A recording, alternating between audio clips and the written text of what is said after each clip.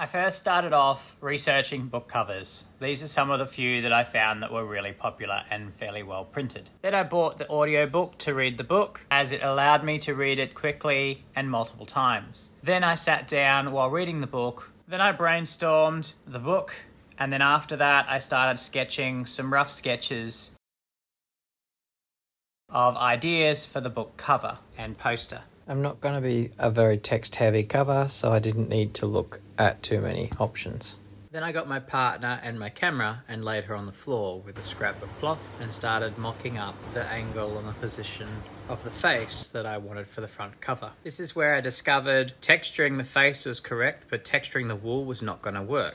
So I got some drinking chocolate and made the wool dirty and went for another photo shoot and played with a bit of light as well. This is where I went and decided to take a photo of the back of her head in a plait for the back of the book cover. Then I went on to draw the eye as a staircase. I thought this would be an effective way of making a little detail in the pupil.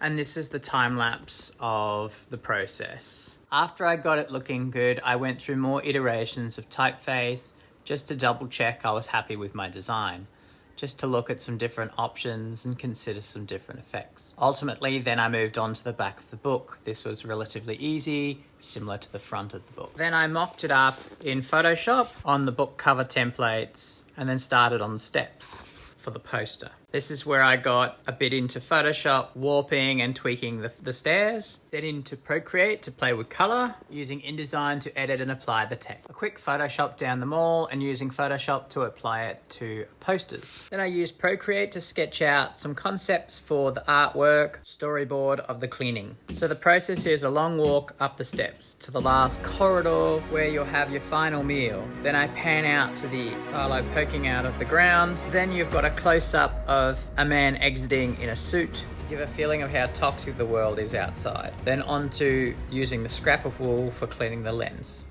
And finally, my book cover. I hope you've enjoyed my design of a book cover wool.